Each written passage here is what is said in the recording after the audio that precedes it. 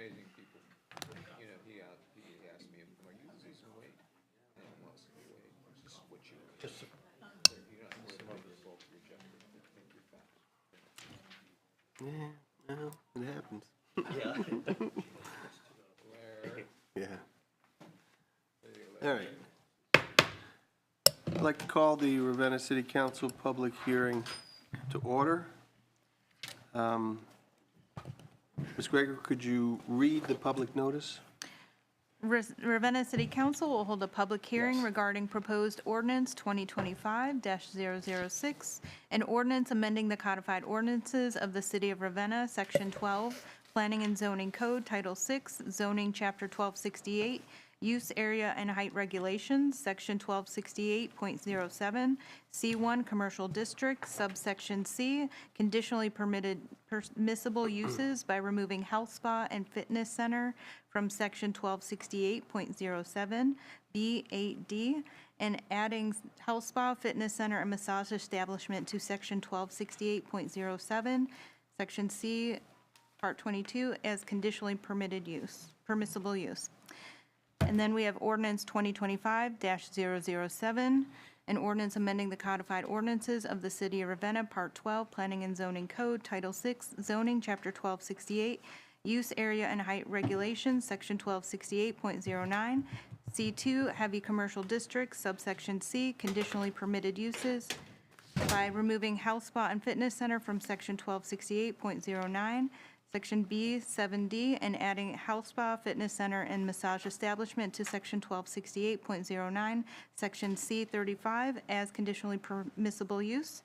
And ordinance 2025-008, an ordinance amending the codified ordinances, Section 12, Planning and Zoning Code, Title 6, Zoning, Chapter 1268, Use, Area, and Height Regulations, Section 1268.08, Central Business District, by removing health spa and fitness center from Section 1268.08, Section B, 7D, and adding health spa, fitness center, and massage establishment to Section 1268.08, Section C, 33, as conditionally permissible use. Thank you. And would you call the roll? Mr. Kelfi? Here. Ms. West? Here. Mr. Moskin? Yes. Ms. Wood? Here.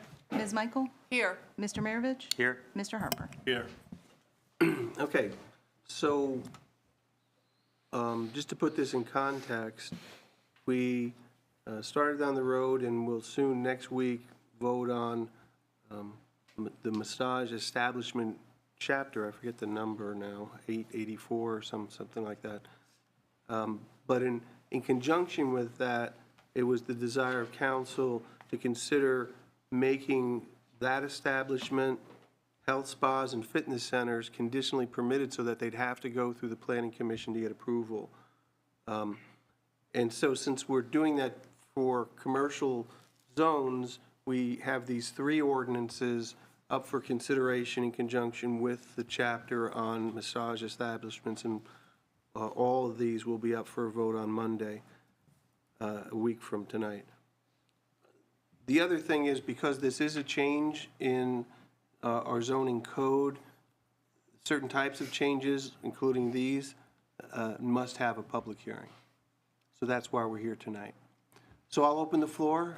Anyone present wish to come up to the microphone, give your name and address, and tell us your thoughts about any one of these three ordinances.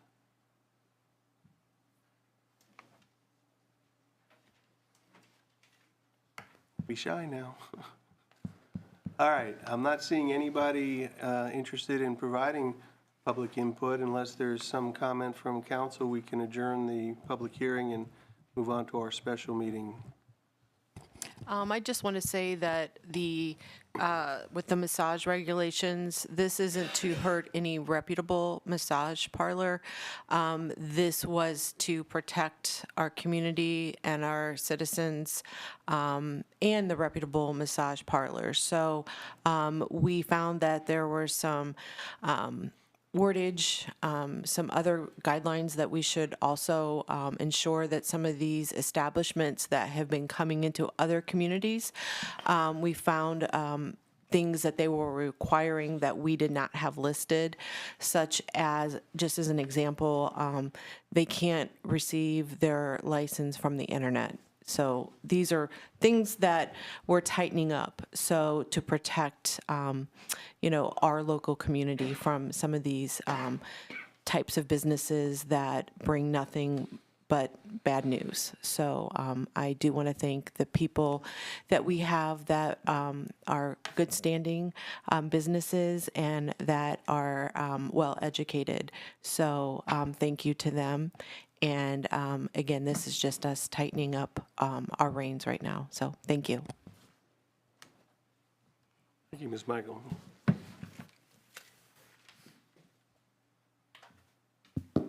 Cliff Soto, 464 Woodland Street. I asked Amy, actually, the young lady was here about human trafficking before. She gave us some of this stuff to look at, or is there anything that she's given helped us along with this? Because basically, I was pretty impressed on what she knew in that, and I know she worked with you too. And so, did we gain anything by that? She had looked at what we have, if I'm, and pretty much what we have right now was concurrent with what, other than just maybe a few word changes. Her big thing was, which we will do maybe as an amendment down the road, but to get this passed right now, was to tighten up with fines.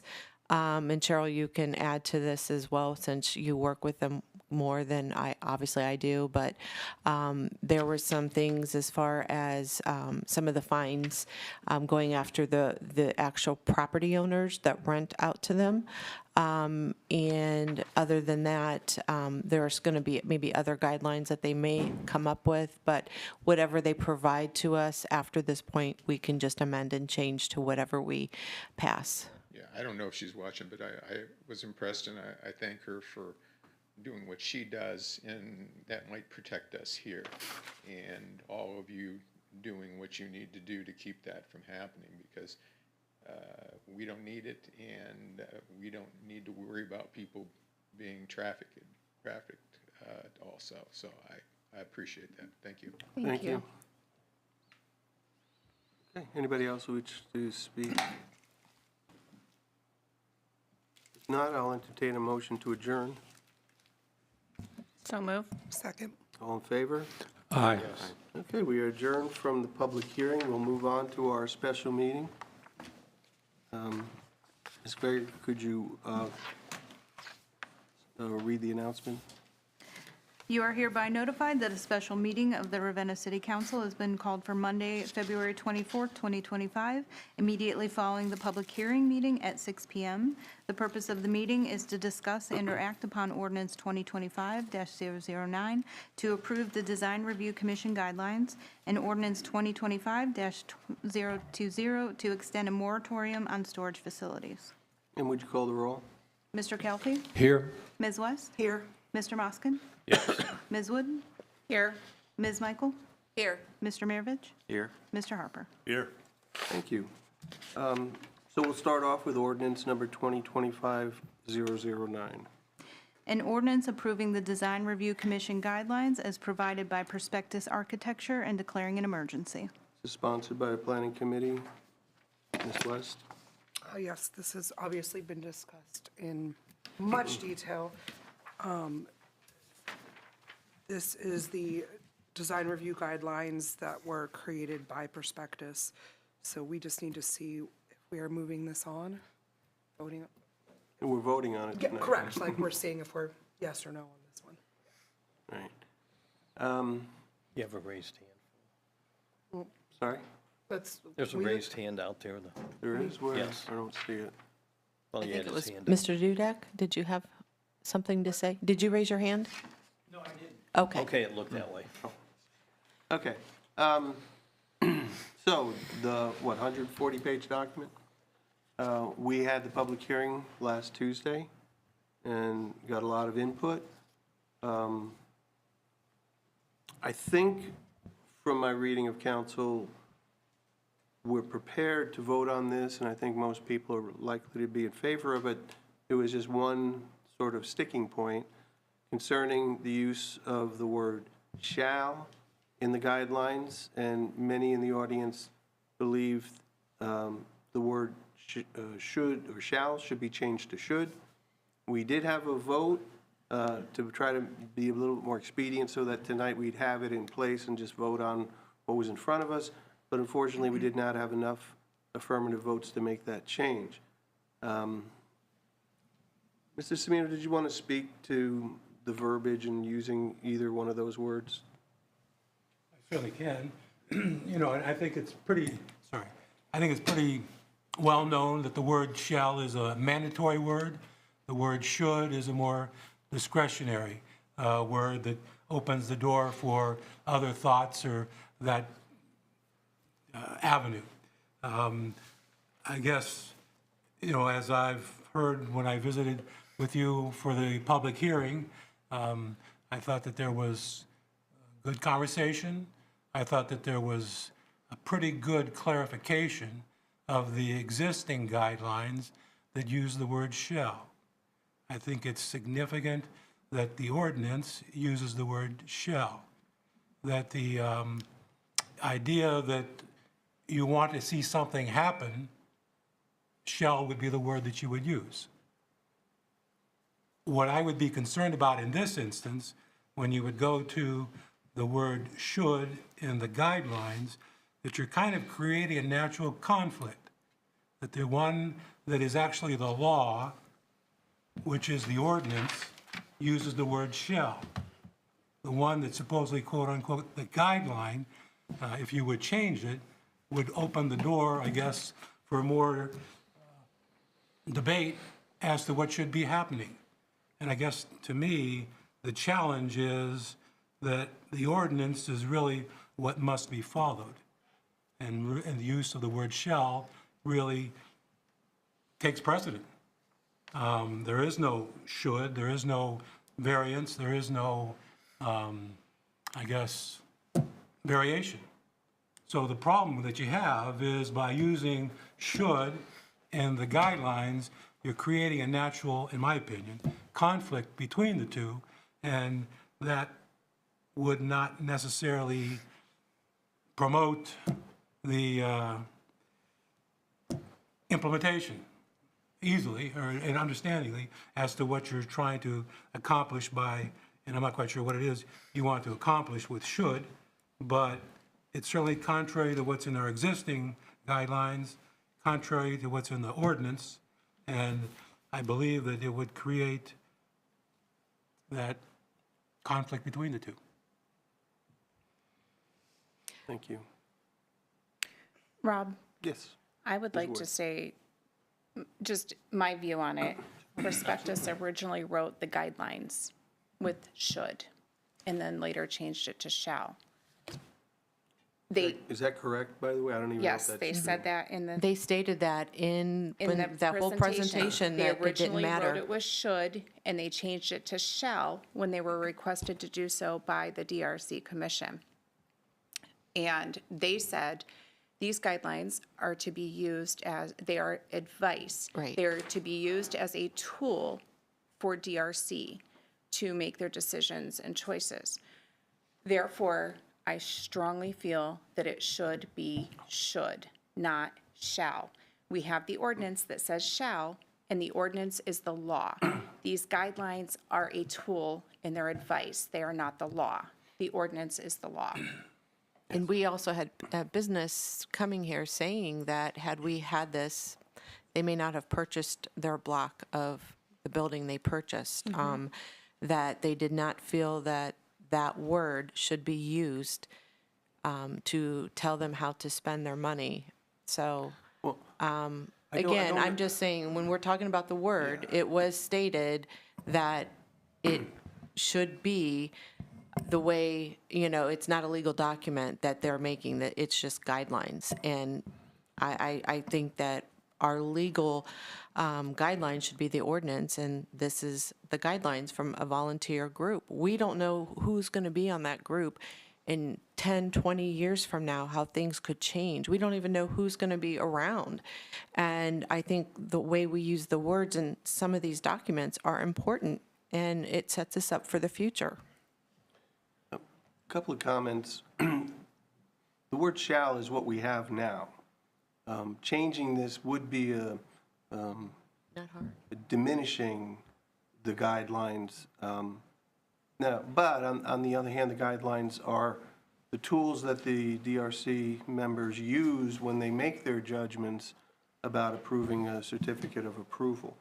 So I just want to make sure it's clear that if council changes the shalls to should, it would be lessening the impact of what our guidelines have now. The guidelines are obviously different substantially. What we have now is different from what Prospectus is presenting. It's more comprehensive what they're presenting, more thorough. But just from a conceptual point of view, changing the word would have that diminution of the guidelines overall. But, and this is where I feel like we're juggling things back and forth. Prospectus did say that there's no requirement for either word. Right. No. So from the perspective of And the state has the state approved both historic- ways. So, but I do get Mr. Semino's point that it would be nice to have things consistent. But it's up to council how they want to, how you want to do that. Dr. Calfee. Many of my comments may be similar to what I expressed in our public meeting last week. But just to refresh our memory, these guidelines are intended to protect property values, create more attractive economic and business climate, preserve the dignity and architectural significance of the historic district, preserve its scenic and natural beauty, and provide a more enjoyable, pleasing community for the city of Ravenna.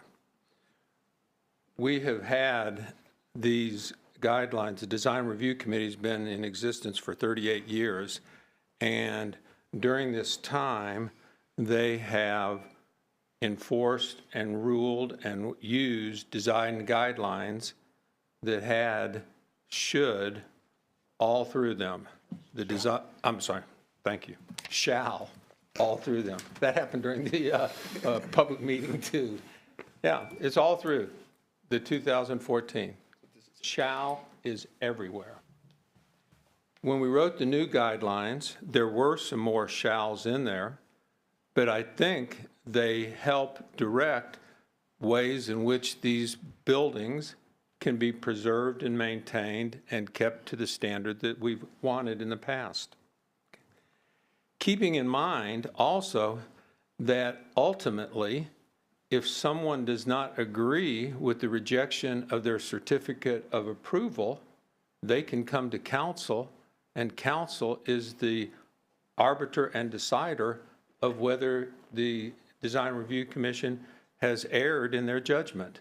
So that appeal still remains in there. I believe that Prospectus has done a good job with this.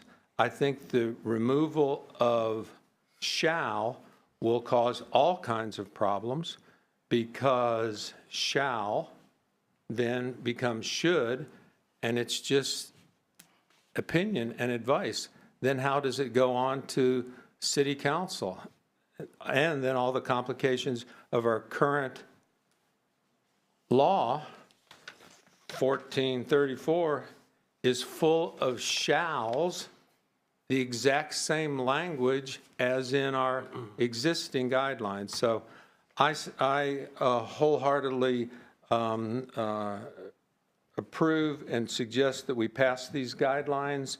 I think it's a good document. I think it will serve the city well, continue to preserve those areas, and I think it's something that should be done.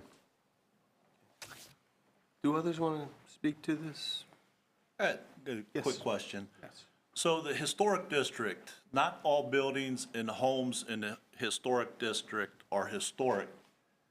Do those buildings and homes, are they subject to these guidelines as well? Yes. If it's in the historic district. Even there's- though there's that two ways. structure is not historic in nature? Yeah, I don't know offhand which structures, which buildings you may be referring to.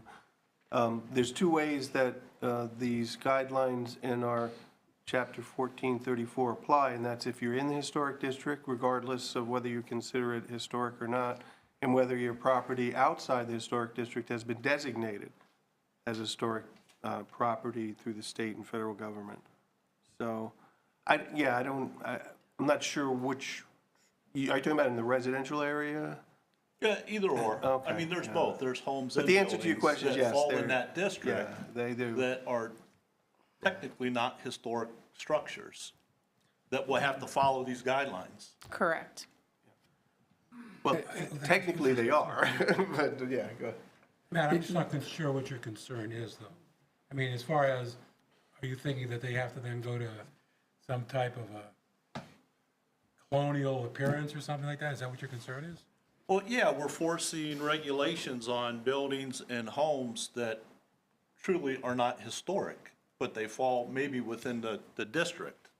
Well, I think the members of the board are back there, they can tell you exactly how they would handle that. And I do believe, my belief is that every structure in the entire district from where it starts at Sycamore to Linden is in the district, and things apply to them. Right, even though they're not historic structures. What's a historic structure? I don't know that question. If it's on the designated. It's a historic registry. structure if it's within the historic district. I think we could argue about that too, but. All day I long. tried not to Another say day. anything, but I can't let this one go. They're in a historic district, so the intent is that if there's repairs made, they're going to be made to the era that the house was built. Every downtown building is historic. They don't have to be on the Federal Register to be a historic building. It's the time frame when they were built. So there's homes on the east end of Main Street that, sure, they weren't built in 1900, but they were part of the historic district based on the map that was drawn in 1980s. So they're not going to require them to be built like a 1900 house. They're going to be required to match the era of construction. Thank you, that helps. I mean, that's, Good that's, answer. there's, I don't know, did I address that right, gentlemen, from the design review?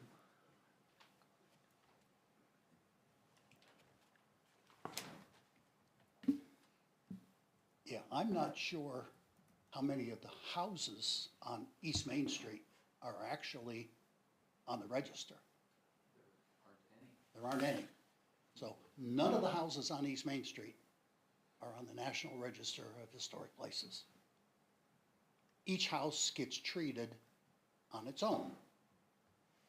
If you're a 1950s house and we have in the new guidelines, the various styles of houses defined. If you're one of those defined houses, then we would keep you in that definition, that vocabulary of architecture. Wouldn't try and change a four-square into a Victorian, nor make a Victorian into a four-square. You look at the individual house, the individual building. When you come all the way down to Sycamore, I think there's only 5 buildings on Main Street that are on the historic register. Out of 100, or however many buildings there are, there's only 5. So you look at each building, you look at the character of that building, the details of that building, and you try and preserve the details and the character of that building. You don't try and make it something that it's not. You just want to preserve the architectural details and fabric of the downtown area. For instance, the one discussion that we got into that took multiple meetings was a building that had radial windows on the second floor, arch tops. And they wanted to put a piece of plywood across and then put a regular square window in. And we said no. That's a significant change from the glazing and the architectural style of that building to put plywood pieces in the window openings. So we said no. And they came back and we said no again. Excuse me. That's the type of thing. Etna House has round windows, and they have square windows, but they're behind. So you see the round radial top of the building, and the window goes up behind that radial top. But it preserved the way the building appears to the eye. It doesn't change the appearance.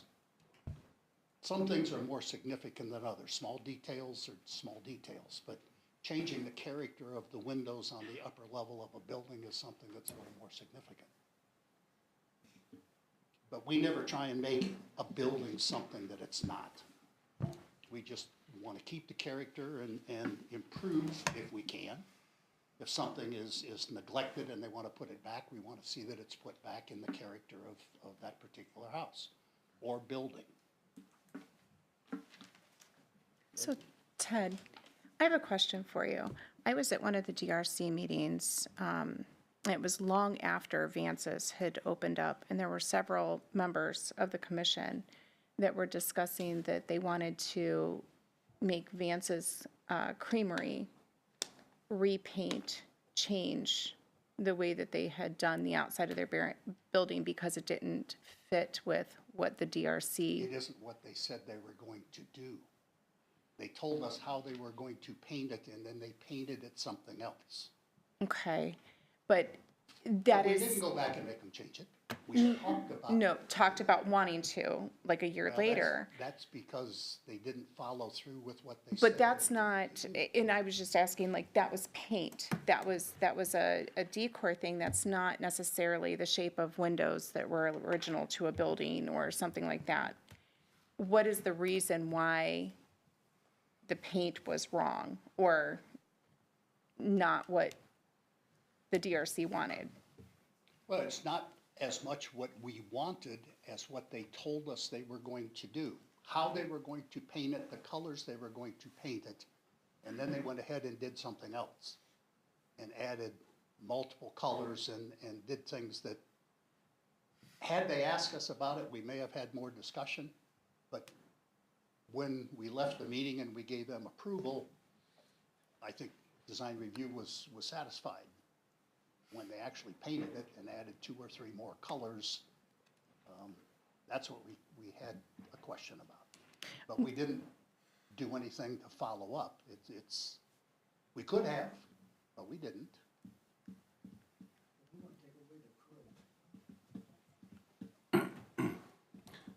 Okay, so, thank you, Mr. Well, Manfred. just one more thing. Is there a significant difference between what the guideline reads and what the ordinance reads as far as what is to be done and how it's to be done? I thought when you presented last meeting at the public hearing, I thought you were pretty specific, I'm talking Dr. Calfrey, that they were pretty much identical. In many sections, they are, yes. Yeah, the guidelines from perspectives lifted wording from our code of ordinances. Is that your understanding of it, Mr. Manfred? Yes. I'm not sure that the Design Review Commission, even if the guidelines are changed from shall to should, can't enforce 1434. I think they have to. Because 1434 is very specific. If you're replacing something, you shall replace it with like materials of like design of like whatever. And there's 9 items in there that says you shall do this, and that's the law. Correct. So if we're in a design review meeting and we tell someone this is the direction we would like to go, and they say, we don't want to do that. Well, 1434 says that's what you're to do. I think it's the perception, though, as those are the guidelines, and this is the ordinance, which is the legal part of it, and these are guidelines. And that was the thing that business owners, homeowners were upset that a board, a volunteer board was telling them with financial decisions on what they could and could not do.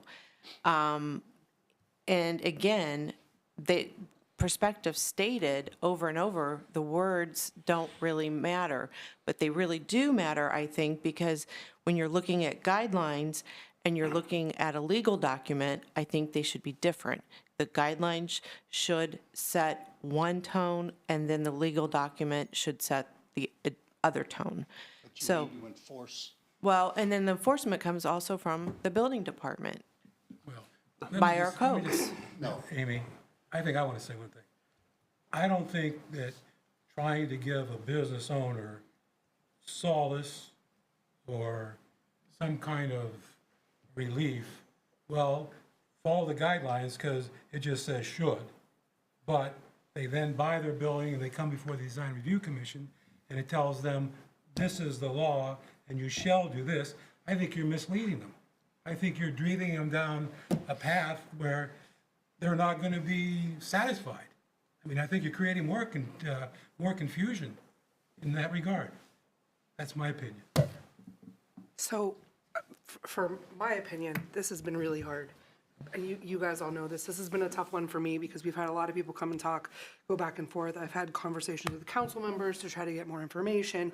And kind of to piggyback on what you just said, Amy, you said that it felt like it was them telling them what to do. Like, right? Well, Just, a volunteer board, we are elected and they're a volunteer board.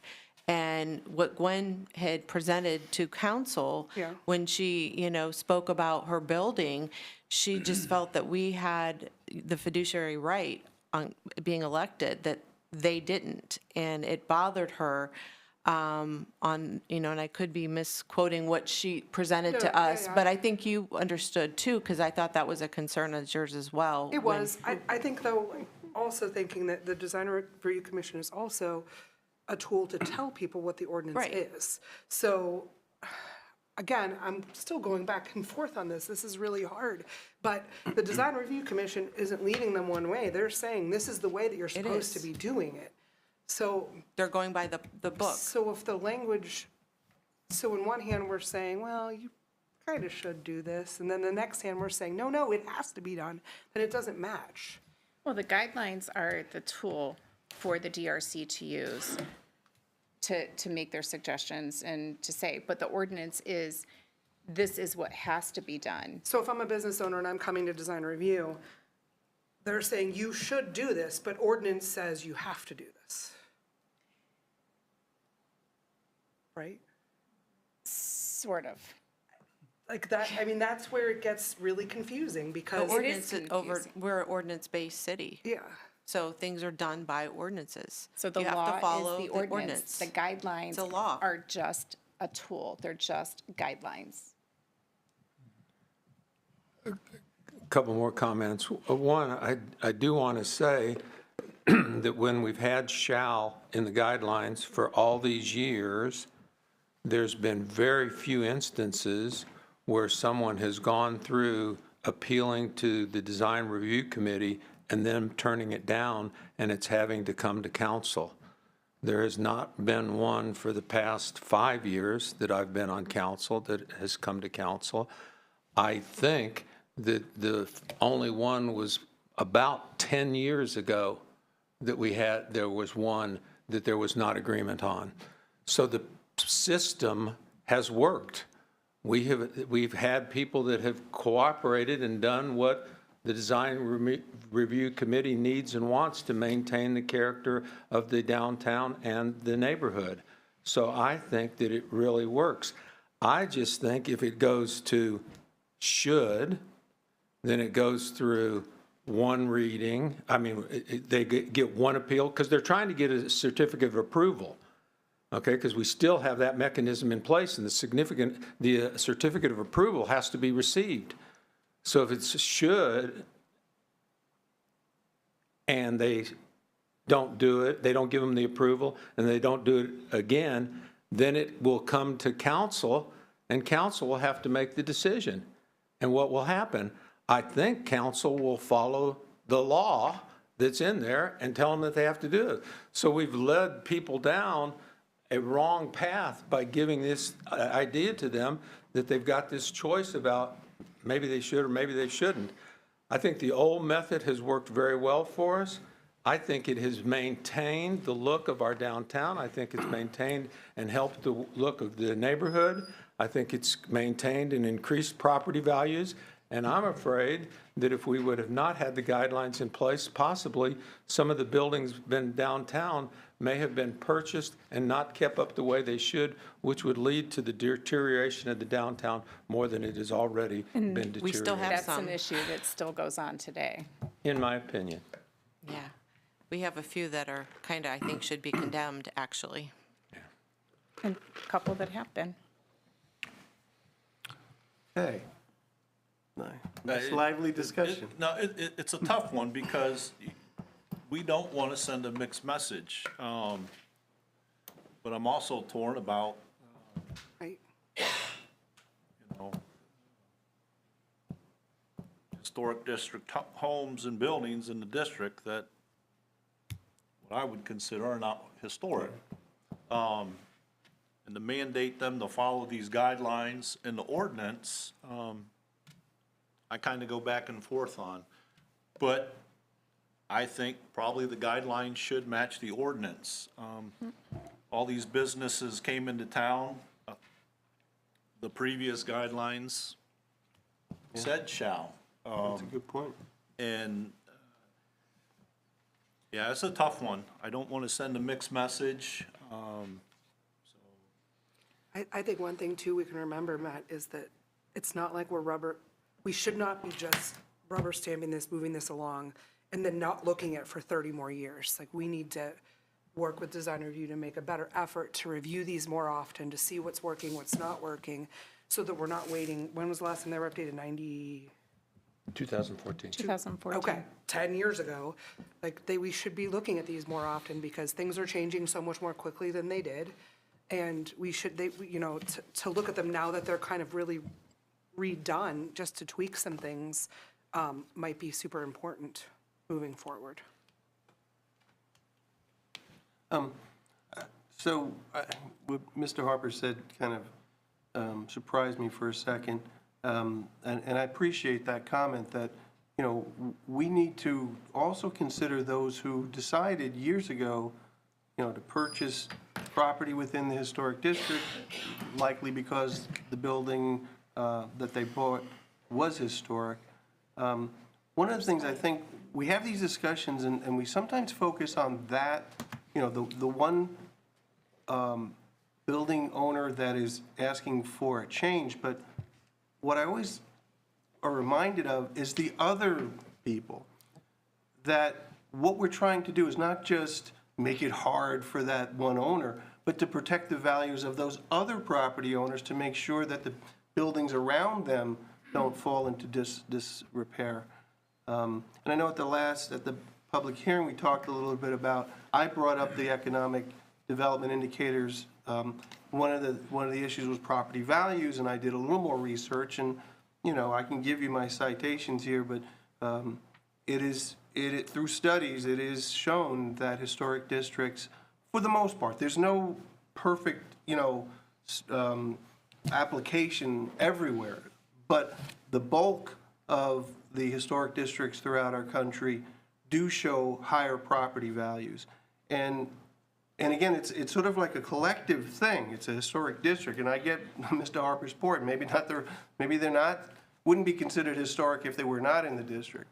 But the whole district is protected, not just those coming before the Design Review Commission for a certificate. It's their neighbors who get the protection, that they know when they buy their property in the historic district that everybody else is going to abide by the same rules. With that, are there any other comments? I know the debated issue is the word. Which word you want to choose? If there's, right now, it's shall. It has been shall in prior versions of our guidelines. It's shall in chapter 1434.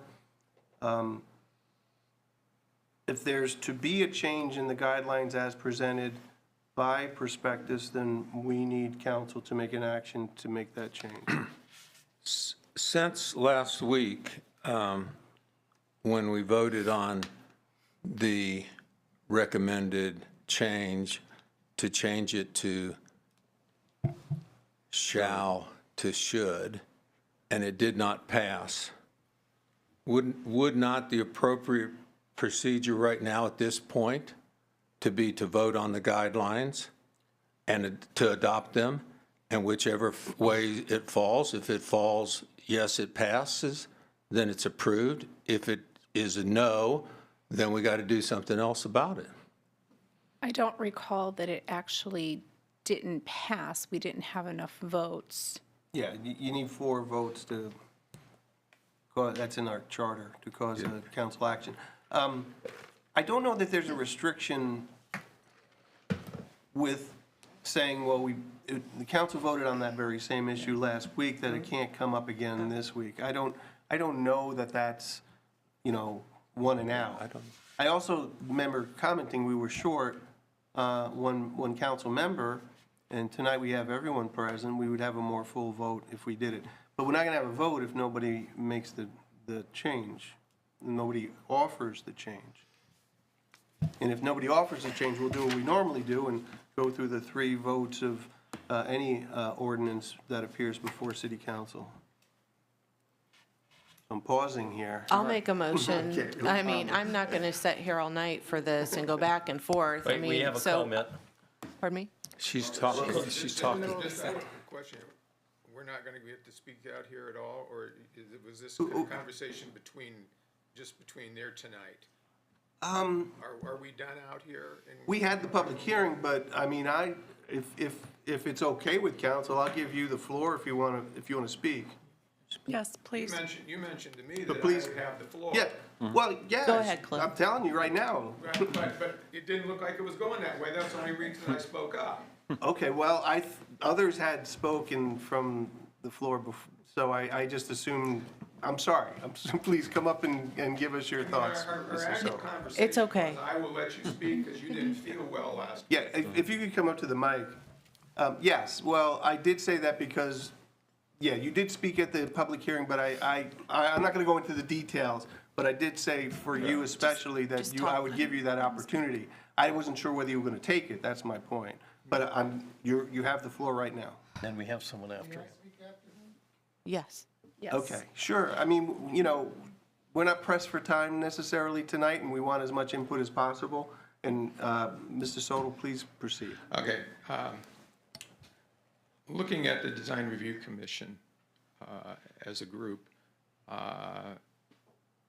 most of the members are getting up there in age. Actually, me at 72 years old, I'm the next to the youngest on it. There's going to be a big turnover here soon. We have a 90-year-old, we have an 88-year-old, we have several in the 76, 77 range, and then me at 72, and the youngster's probably in his early 50s.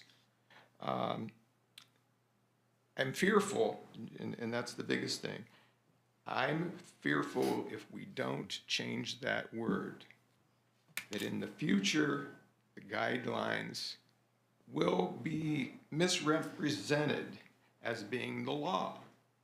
They're not the law. There's plenty of teeth into you should already. There should be a separation there. You have the safeguard at the end. You can still say, you can't do that. And then it goes to the 3 meetings, and then it comes to you guys. Okay? I just don't understand. That's one of the fears there. And as you can see here, every time somebody's come up here to speak, it's confusing between the 2 words. That's why I think it should be separated as should and shall. Cliff, can I ask you a question? Sure.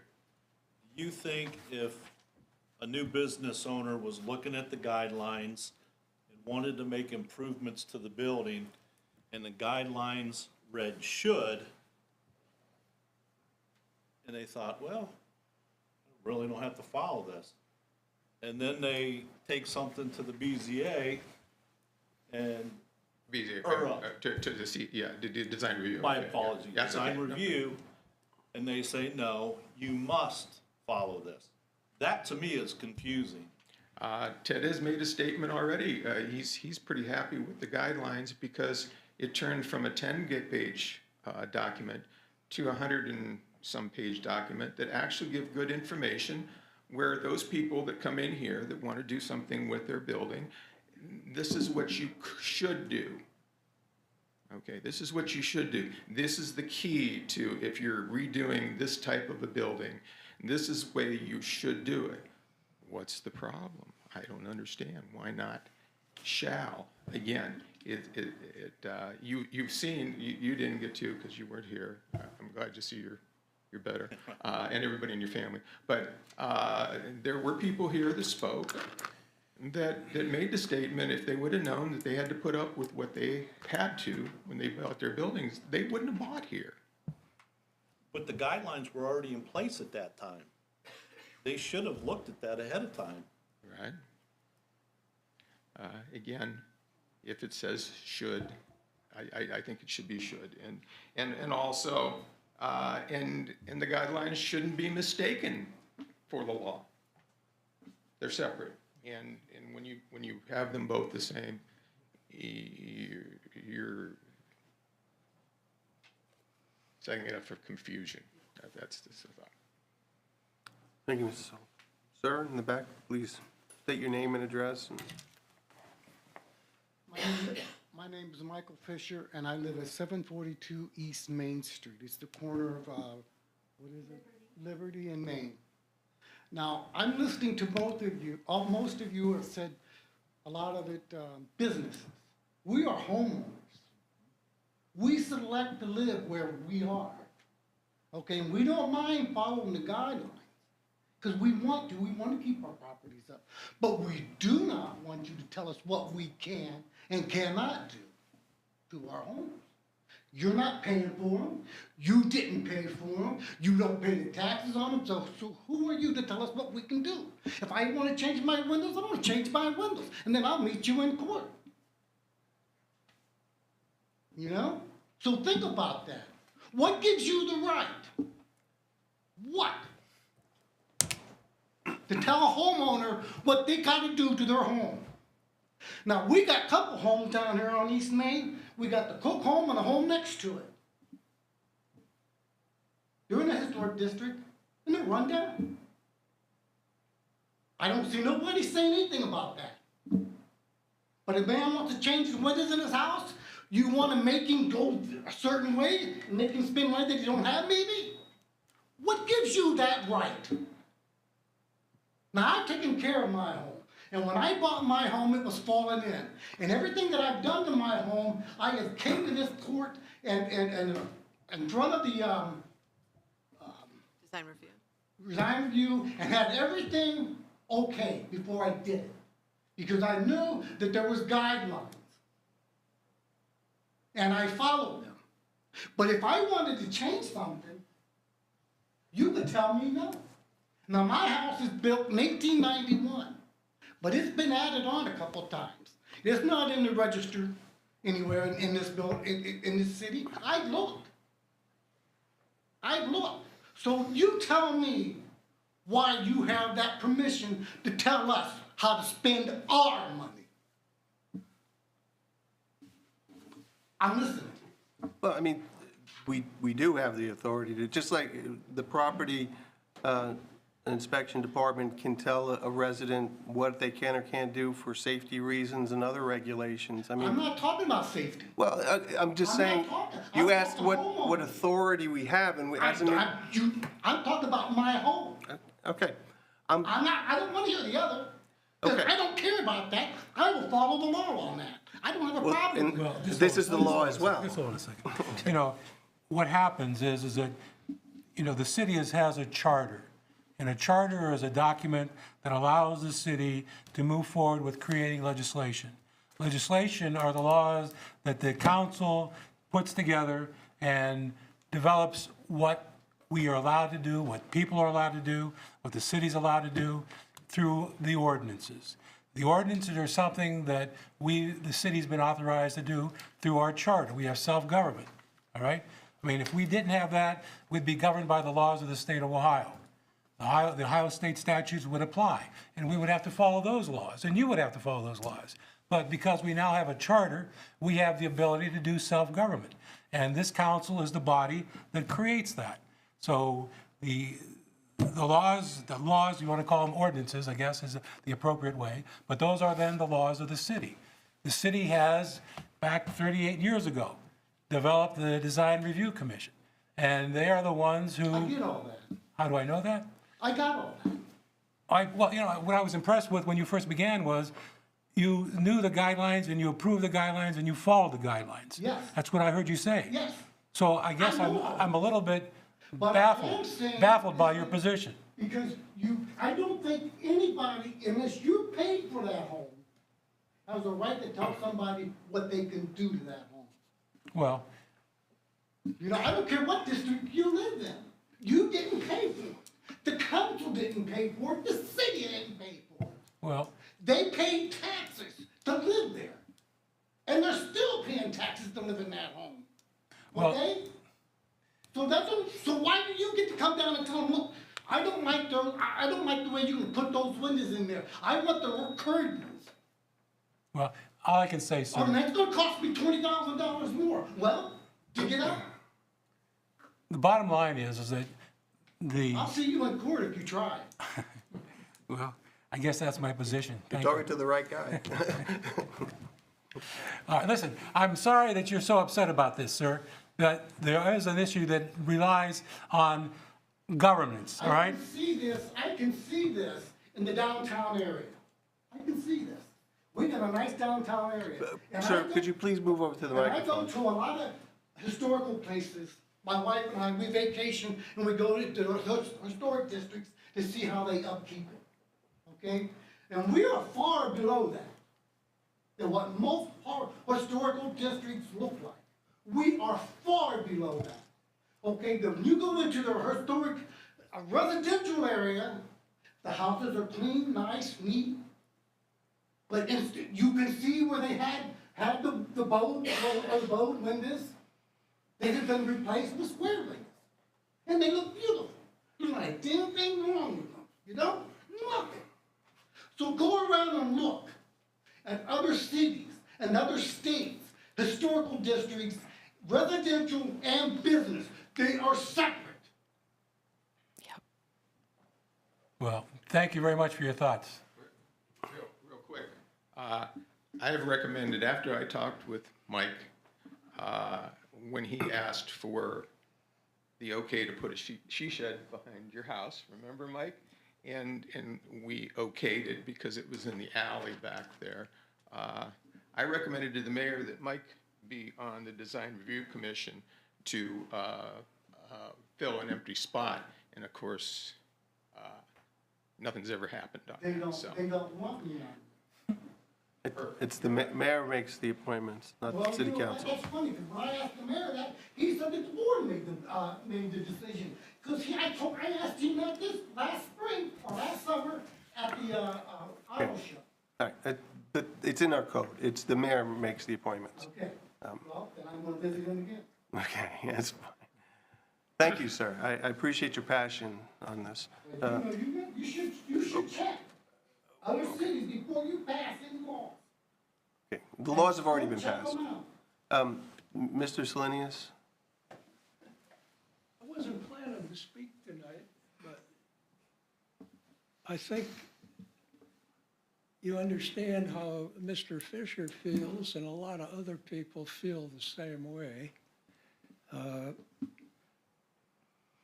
To Mr. Harper's concern, I don't think people that move to Ravenna or buy buildings read all of our laws or the historic district guidelines. If the real estate agent has done a good job, they told him it was a historic district. That's probably it.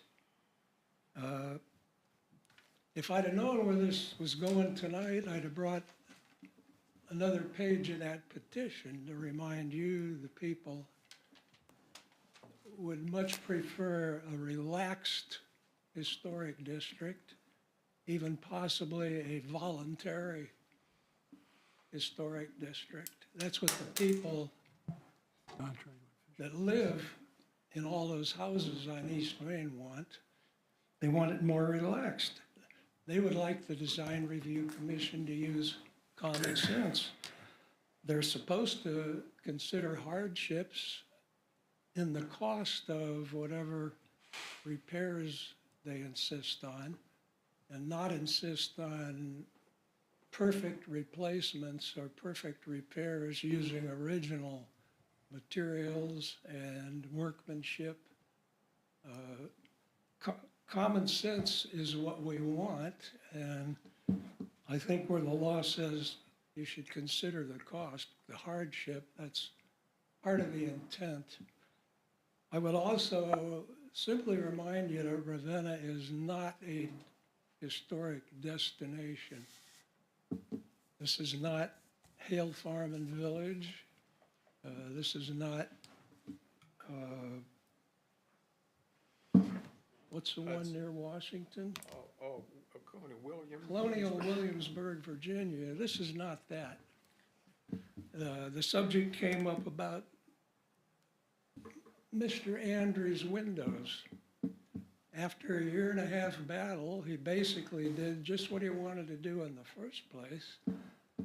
And I've never heard a single complaint or anybody that cares except a subset of the Design Review Commission. So we're looking for common sense here. The guidelines are not laws.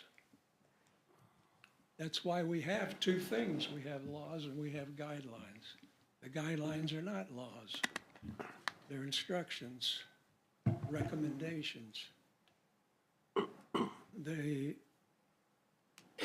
shouldn't look like laws. They shouldn't be used as laws. They shouldn't be mistaken for laws.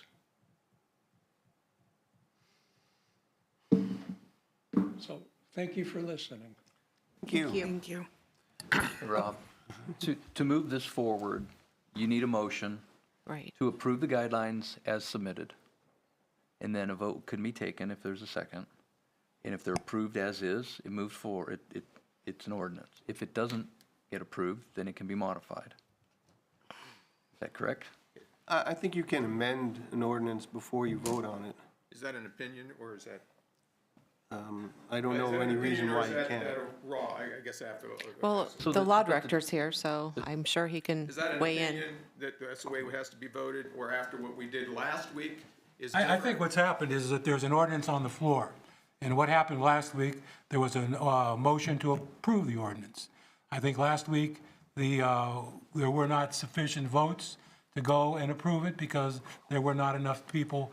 I think Christine had to leave early and actually had to abstain. No, And I then there abstained. was, Matt wasn't here. So the bottom line was there were not enough votes to pass the ordinance. I think, as far as, I think that's the purpose of what's here. There is no question that an ordinance can be amended. I mean, there's no issue that prohibits that, or nothing that prohibits that. The bottom line is, how do you want to proceed? I mean, Bob's recommending, or not recommending, but indicating that the purpose of an ordinance being before council is to pass it or not pass it. To the extent that there's to be a modification of it or amendment of it, that can happen. But obviously, this is, and I've not been part of it all this time, but it's been a long time. And I would imagine that it's time for this thing to move forward and be done. Whichever way it goes, vote on it and get it one way or the other.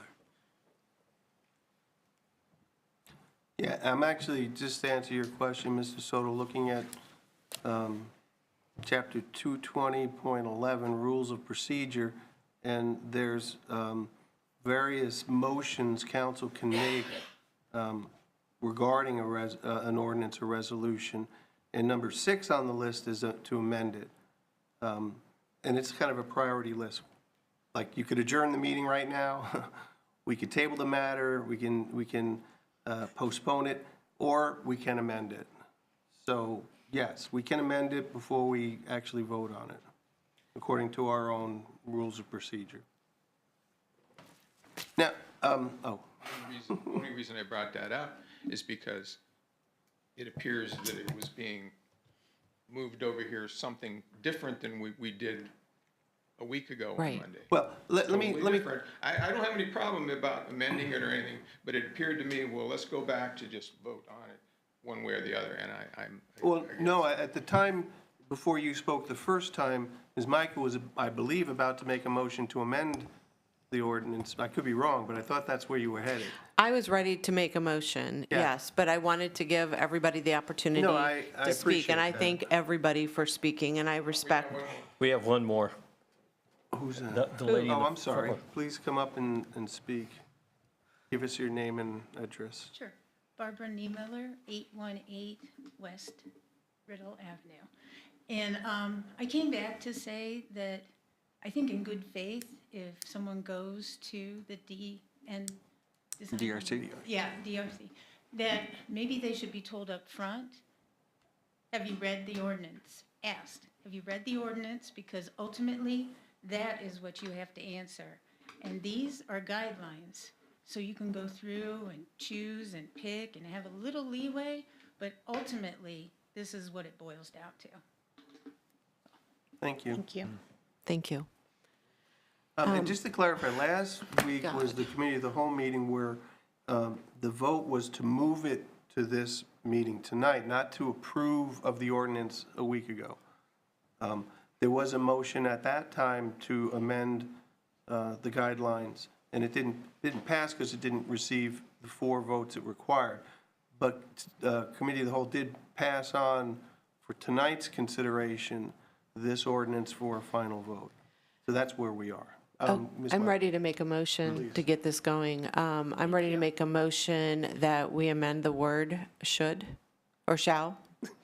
I'm going to be confused now. I'm so sorry.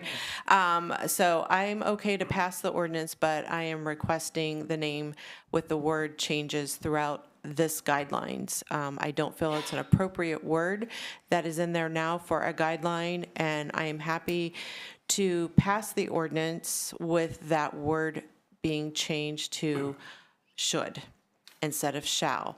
And I do agree that there's much more things that we need to be focusing on as well in our downtown.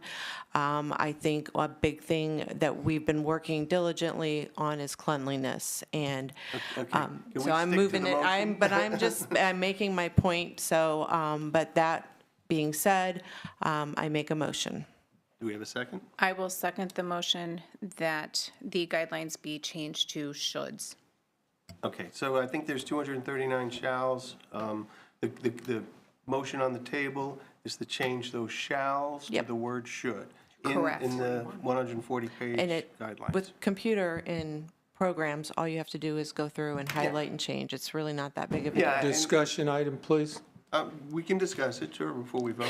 If you look at all of the shalls in the document, many of them refer to how things should be repaired or upgraded. But many of them also talk about procedures that need to be followed. For example, shall go get a building permit, shall do this. There are a number of those.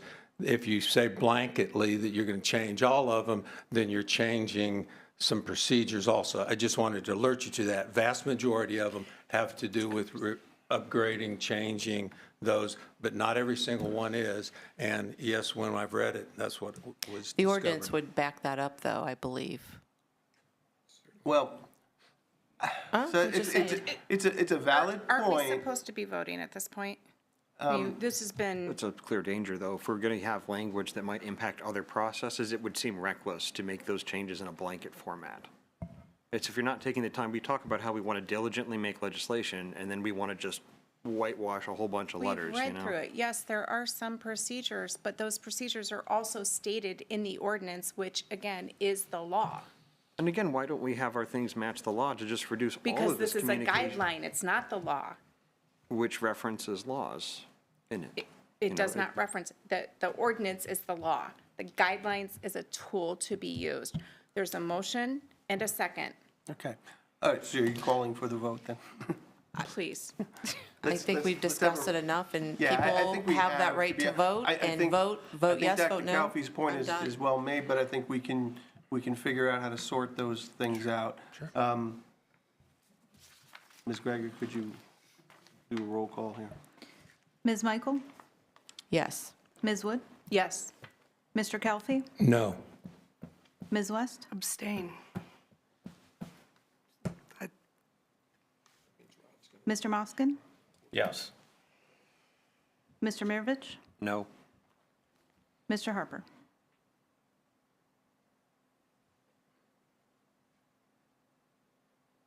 I will vote yes. Okay, that amendment passes. The guidelines will be changed such that the word shall be replaced by the word should in the guidelines. We all understand? Yes. Okay. Thank you. It certainly was a informative and lively discussion. Yes, we need to go on. I'm going to, yeah, well, I'm getting there. That's- Okay, now that it's been amended, I will ask if there is a motion to waive the 3 separate readings. We're still considering this ordinance. So moved. Second, Ms. Michael? Yes. Ms. Wood? yes. Mr. Calfee? Procedural question again. Once a motion is made and second, isn't there an opportunity for discussion prior to the vote being called? Yes, I believe there is, and there's also the opportunity to call for the vote as well. You did discuss it. But I mean, just on this one, it went motion second right to Well, vote. that's the way we've always done it. Okay, the only thing I wanted to say, That's fine if you want to. okay, maybe I'll say it before I vote. Okay? That's, I'm sorry to interrupt. Where were we? Yes. Mr. Calfee? Prior to casting my vote on this motion, I do want to say that we also have the issue of this guidelines having to be approved, I think, by tomorrow or something? Friday, for it to be for it to be paid for. right. But prospectus did not indicate that the word change would affect Right. that.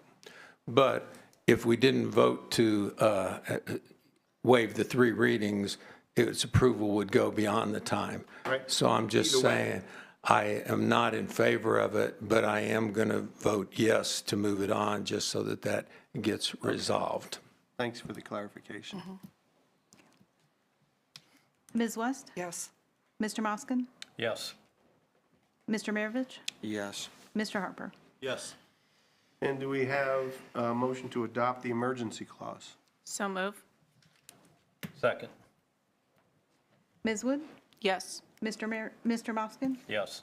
Mr. Calfee? Yes. Ms. West? Yes. Ms. Michael? Yes. Mr. Maravich? Yes. Mr. Harper? Yes. And do we have a motion to approve the ordinance? So moved.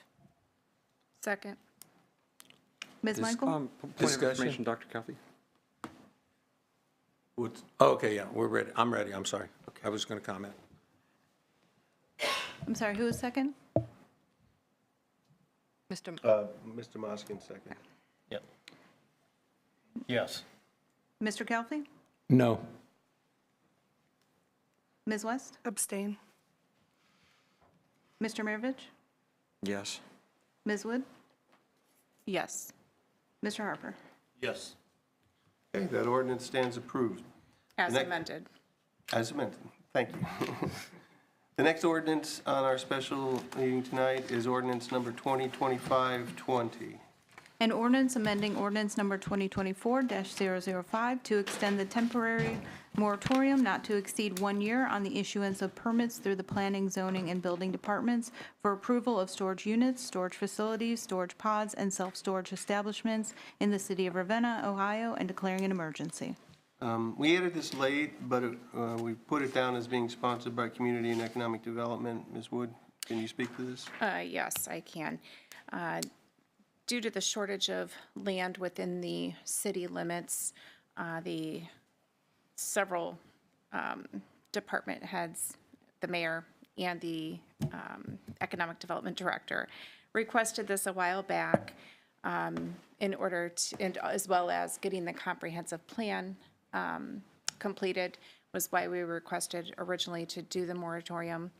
And we are still waiting on the final touches of the comprehensive plan.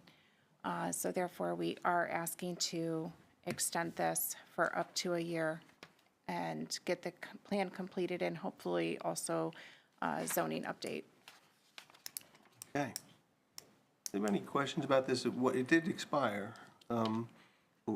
Assuming we pass this tonight with emergency clause, it will go into effect immediately, so we'll be back prohibiting such storage facilities in the city limits. Anybody have any other comments or questions? No. Okay, do we have a motion to waive the 3 separate readings? So moved. Second. Ms. West? Yes. Mr. Moskin? Yes. Mr. Kelfi? Yes. Ms. Michael? Yes. Mr. Maravich? Yes. Ms. Wood? Yes. Mr. Harper? Yes. Do we have a motion to adopt the emergency clause? So moved. Second. Mr. Maravich? Yes. Ms. West? Yes. Mr. Kelfi? Yes. Mr. Moskin? Yes. Ms. Michael? Yes. Ms. Wood? Yes. Mr. Harper? And a motion, I'm sorry, and a motion to approve the ordinance. So moved. Second. Ms. Michael? Yes. Ms. West? Yes. Mr. Kelfi? Yes. Mr. Moskin? Yes. Mr. Maravich? Yes. Ms. Wood? Yes. Mr. Harper? Yes. That ordinance stands approved. We have nothing else on the agenda. I thank everyone for their attendance tonight. We'll adjourn. Is there something you? I just wanted to thank council Okay. for approving the design review guidelines. It's something that we needed to have, and I'm very glad that you waived things and got it done by the end of February so that we can get it enacted and have this document to work with. Thank you. Thank you. Thank you. Okay, great. Agreed. Do we have a motion to adjourn? So moved. Second. All in favor? Aye. Okay, we are adjourned.